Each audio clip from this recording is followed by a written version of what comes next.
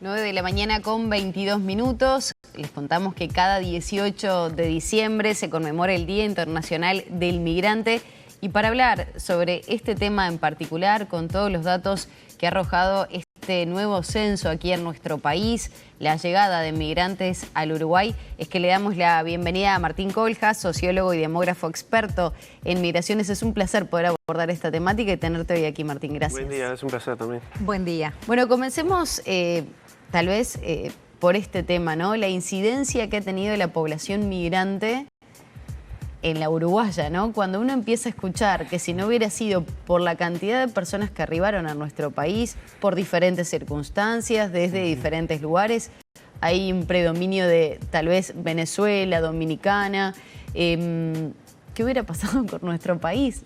No hubiéramos tenido el crecimiento, sino que nos hubiéramos estancado, incluso podíamos haber estado por debajo. Bueno, en realidad la proporción que representa la población migrante en la población residente del país es relativamente, o sea, no es tan alta, es un 3%, digamos, es un crecimiento de un punto respecto al censo pasado. Y es mucho más baja de lo que era en el pasado, digamos, cuando Uruguay se conformó, digamos, en el 1900, digamos, en el censo. Cuando llegó la gente a empezar a formar, a forjar el Uruguay. El porcentaje, digamos, era el 17% de la población era inmigrante en el censo de 1908. Ese porcentaje fue bajando con el tiempo, porque sí, las grandes oleadas llegaron en la primera mitad del siglo XX, sobre todo españoles de España y de Italia, y en realidad el reciente flujo de inmigración, digamos, sobre todo se da con posterioridad al censo 2011. El censo pasado había captado 80.000 personas más o menos nacidas en el exterior, que representaban un 2.4%. Este censo, el dato que se divulgó es de 3%, alrededor de 100.000 personas. O sea, no es un crecimiento tan significativo, pero es un crecimiento al fin. Y además es porque también se han muerto esos españoles, italianos, sobre todo llegados muchas décadas atrás. En el censo 2011 todavía quedaban, todavía quedan algunos, digamos. O sea, cuando uno mire la pirámide por edades, que eso todavía no está ese dato, digamos, la composición por edades y también por país, lo ve con más claridad que hay un porcentaje todavía de población que tiene una edad avanzada. Sí, pero, en realidad es un dato que llama la atención porque, como lo decía Maggie, en cuanto a la percepción, por lo menos, creo que nos pasa a todos, y que es muy lindo ver un Uruguay cosmopolita con comunidades. ¿Por qué está esa percepción? ¿Es que todavía no se ve por esos datos? ¿Es que están centralizados en la capital? Bueno, sí, hay varios factores. Uno, primero puede ser también o sea, uno puede ser vinculado a los orígenes, ¿no? Que son como más perceptibles de los que había, por ejemplo, en el 2011, en esa cifra. Y también como están en el 2013, están contemplados la población, es población nacida en el exterior. Entonces, por ejemplo, con el fenómeno, con el auge del retorno de uruguayos desde el exterior, de la inmigración, también hay una población que es nacida en el exterior, pero que en realidad es uruguaya, hija de padres uruguayos, que en el 2011 pesó bastante, digamos, en ese número, sobre todo desde España y Estados Unidos, sobre todo. Que todavía sigue habiendo migración de retorno hacia esas zonas. Entonces, en realidad, a la hora de hablar de migración y la incidencia que tiene, digamos, en nuestra población, también hay que distinguir 4 fenómenos. Uno es la inmigración, que en este caso es como lo que estamos pensando, en la inmigración extranjera, pero también podemos pensar en la inmigración de retorno. En este caso, con el censo, digamos, entre el censo pasado y las cifras que se conocen son que hay 60.000 personas inmigrantes que llegaron en ese periodo, o sea, nacidas en el exterior, pero también hay 40.000 que vinieron desde el exterior, pero son nacidas en Uruguay, o sea, son personas retornadas. O sea, como somos un país de inmigración, sí, pero también seguimos siendo un país de emigración. Eso, no cesa ese fenómeno y sobre todo con España como protagonista. Sí, de hecho con España tenemos datos más fiables de forma continua que sí, ya nos mostraban que desde 2015, digamos, habíamos vuelto a tener un saldo negativo, quiere decir que expulsamos más, o sea, enviamos más personas a España, digamos, hay más emigración a España que retornos de España. Eso desde 2015 ya. Y además, bueno, el otro fenómeno, desde el lado de la emigración, también la interrogante que nos queda es también, bueno, en qué medida las personas que llegan a Uruguay, inmigrantes extranjeras, emigran también. porque que nos usan no todas como se tránsito. quedan. Claro, no todas se muchas quedan. veces pasa, O sea, consiguen documentación, de repente sí, una visa y se pueden ir sí, para otro pero país. a veces igual uno, pues las personas, o sea, como pasa con el fenómeno, digamos, la otra cara de la moneda que pasa con el que hablamos del retorno de uruguayos, o sea, los uruguayos que emigran a España, por ejemplo, también a veces pueden emigrar sin un plan claro de, bueno, si se van a quedar o no, y eventualmente retornar o reemigrar a un tercer país. En este caso...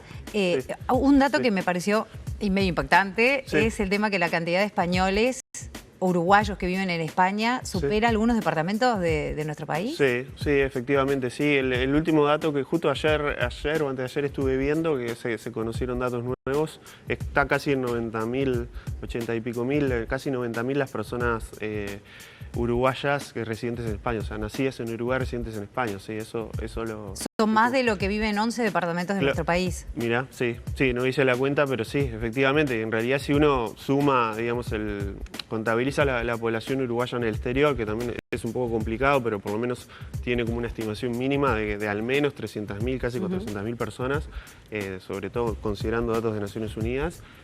Bueno, sí, cuando hablamos de somos 3 millones y medio, en realidad casi que somos 4 millones en realidad. Y eso muchas veces no... Claro, lo que pasa es que además el censo no alcanza a esas personas que hacen un determinado tiempo que están viviendo en el exterior. Claro, en realidad la población objetivo del censo es la población que vive en Uruguay, y en ese sentido en realidad los datos de emigración que tenemos del censo se obtienen de manera indirecta. O sea, como nosotros tenemos datos de nacimientos y defunciones basados en registros, tenemos el dato de cuánto era la población en 2011, cuánto fue el flujo de nacimientos y defunciones, y sabemos el número, digamos, al que se estimó de la población. Indirectamente estimamos el número de emigración, porque la inmigración la tenemos en el censo. Pero, y ahí dio bastante más alto de lo esperado. Hay un tema que para mí es clave y que realmente se puede comparar con el censo de 2011, siendo que fueron tan distintos en cuanto a problemática, realización, técnicas. Todo fue un drama en el 2011. Bueno, en realidad este censo también tiene sus inconvenientes en ese sentido. O sea, el censo 2011 tuvo una omisión del 4% de la población, y este censo tiene una omisión del 9% en realidad. O sea, quiere decir que el 9% de la población no fue censada. En realidad sí son comparables los resultados, sobre todo este dato tan básico de cuánto es la población. La metodología fue la misma en el sentido que se censa la población según donde vive habitualmente. Es un censo de derecho. ¿Sí? Eso que como generó mucha polémica en 2011 de, bueno, antes el censo se hacía en un día, bueno, la metodología en este caso fue la misma, digamos. Lo que varía es la forma de llenado, que eso también está por verse para evaluar un poco cómo funcionó, pero en realidad el dato es comparable, y ese dato también de que tiene que ver un poco con la calidad del censo y la cobertura, se evalúa y ya se estimó, digamos, hay una aproximación que justamente el dato de la población que dio el INE parte de estimar un 9% de población que no se censó. Para quienes están arriba de estos temas, tal vez no son tan sorpresivos algunos datos como para quienes de repente nos chocamos con una realidad que nos dicen, bueno, esta es la cantidad de población migrante. ¿Hay algún dato que sí sea relevante, que sea un tema de abordaje, de estudio, que arroje este censo?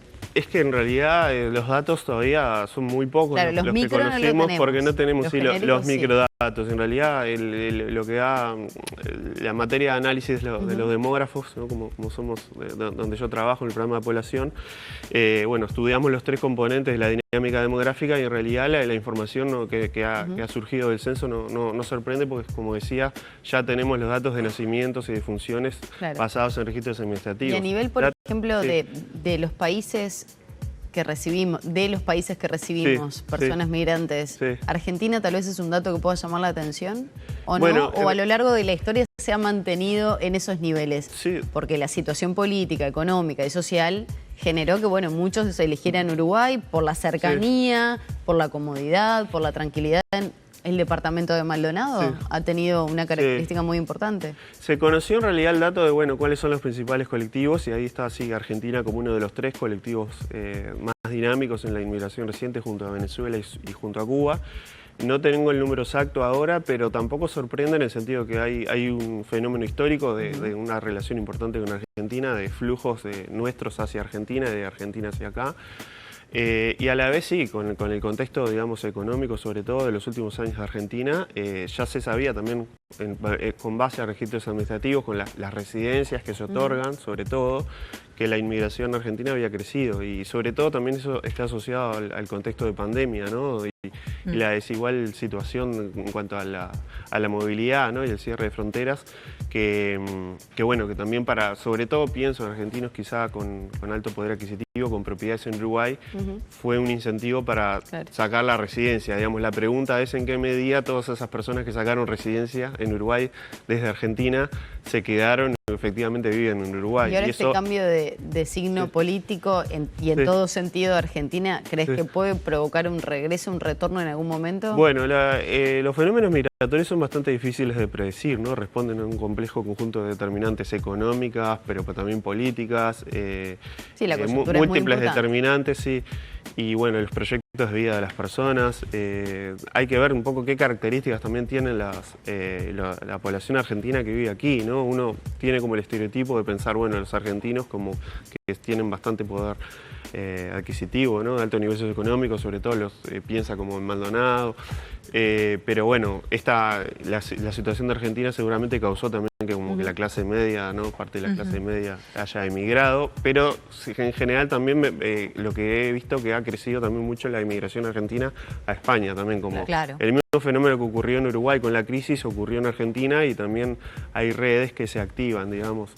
Así que bueno, en Uruguay, el Uruguay como destino también compite, digamos, entre comillas, con muchos otros destinos. Eso justamente le iba a preguntar, capaz más como sociólogo, o una mezcla de ambos. ¿Uruguay es un país amigable a la hora de recibir esos migrantes? Porque a veces está el preconcepto de que somos tan abiertos, pero después uno escucha cosas que a veces lo hace dudar. Bastante xenófobos por momentos. Bueno, en realidad la evidencia dura, digamos, en términos relativos, si lo compara Uruguay con otros países, puede decirse sí que es más amigable, ¿sí? Y eso en realidad cuando uno entrevista a migrantes, incluso en encuestas, sale un poco ese motivo, ¿no? Más como que nada es un por país... las políticas públicas que tiene el país en ese sentido, para otorgar un documento de identidad, no negarle Igual, residencia. Quizá también hablar de migrantes en general es difícil porque es heterogéneo incluso la legislación, o sea, hay como 3 niveles, digamos, 3 estratos, digamos, en que la legislación, la política migratoria,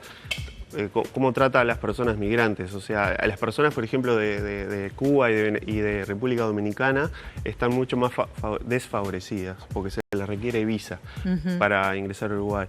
Por otro lado, hay un estrato mucho más favorecido, que es el más favorecido, que es las que vienen de países de Sudamérica por pertenecer al Mercosur, porque como parte de un acuerdo de Mercosur, de un acuerdo de residencia que se firmó a fines de 2002 y se comenzó a implementar alrededor de 2010, las personas acreditando su nacionalidad pueden acceder a un permiso de residencia. Y en Uruguay da un paso más y da un permiso de residencia que es permanente, cuando otros países dan un permiso de residencia temporal que es solo por 2 años. Esa es una distinción importante. Entonces, la legislación trata de forma distinta también a los migrantes y eso en realidad también es un debe, digamos. O sea, si bien hay una ley que establece igualdad de derechos, también hay distinciones al interior de la población migrante. Bueno, hablábamos mucho de las raíces del Uruguay, ¿no? Se termina formando en definitiva con muchos ciudadanos de otros lugares del mundo que terminan decidiendo venir a nuestro país y de ahí me imagino que la política pública tiene mucho que ver con eso.